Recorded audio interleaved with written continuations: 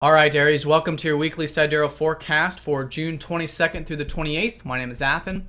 So we've got some more of this energy relating to your second house this week. We had the new moon in that second house last week, and now we're coming up to the gibbous phase, which is very energetic. So as the week unfolds, we'll be noticing more and more of this energy building in the area of your material values, your material resources, just generally the things you value in the earthly side of things, which is often finances and things like that. We're going to have some aspects between Mercury, which will be further emphasizing that. But all week, we've got still that very nice trine between Uranus and Jupiter, aspecting that 12th and that 4th house. So here, the 12th house has hopefully been freeing you up quite a bit. And that energy is now supporting all these opportunities you're going to experience, I think, this week and next week, relating to the home and family and emotional side of life, the domestic side of life mostly, but anything you're sentimentally connected to. We're going to have a conjunction with Venus and Jupiter next week, but as the week unfolds, these planets get closer to each other, really emphasizing those opportunities to connect to this part of your life.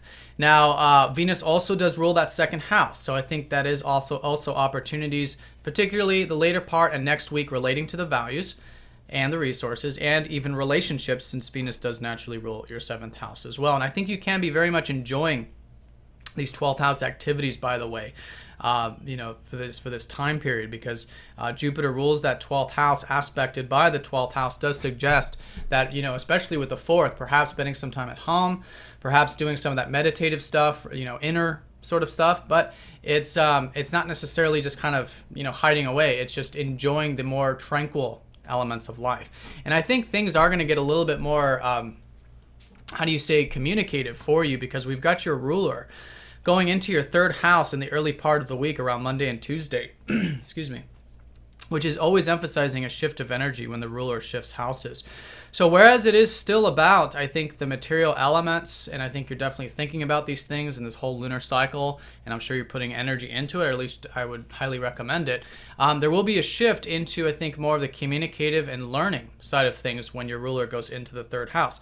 And one thing I want to say, too, is Mars and the Sun, for that matter, like to be at the top of the chart. So now for the next few months, you are entering into a more kind of subtle period where it's important for you to focus on the more inner aspects of life. And I think you're already enjoying that, again, with the domestic or emotional side of things.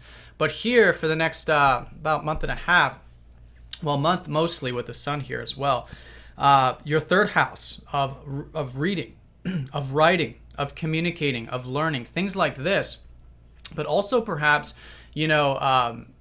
socializing a little bit, which is an energy that, Mars is very self-oriented in that sense. So here, Mars is learning to work with, the social aspects of things. So I do recommend that while it is a time of this more emotional, watery kind of energy with your 12th and 4th house here, I think especially with Venus conjuncting your Jupiter, there's a lot of this social, communicative, and sort of overall exchanging energy that can take place, whether it's on the intellectual or social side of things, you see. So for all of you, it'll be a little bit different, but it's definitely a blend of both.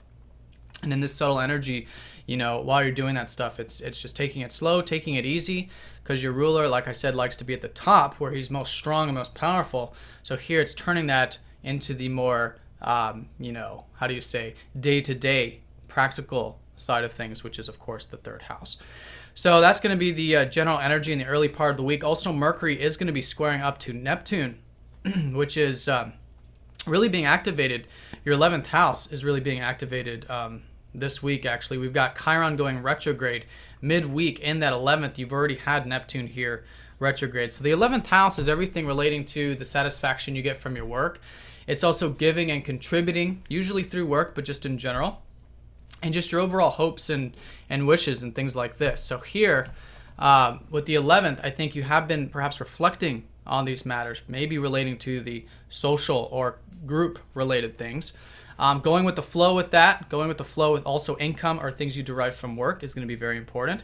And that's going to be further emphasized with Chiron going retrograde, because that energy there is going to be healing you and has been healing you, but now you can really see it on the internal level, how it's healing you in the inner state. And this is, of course, Chiron in Pisces too, which is healing us all sort of spiritually on that level as well.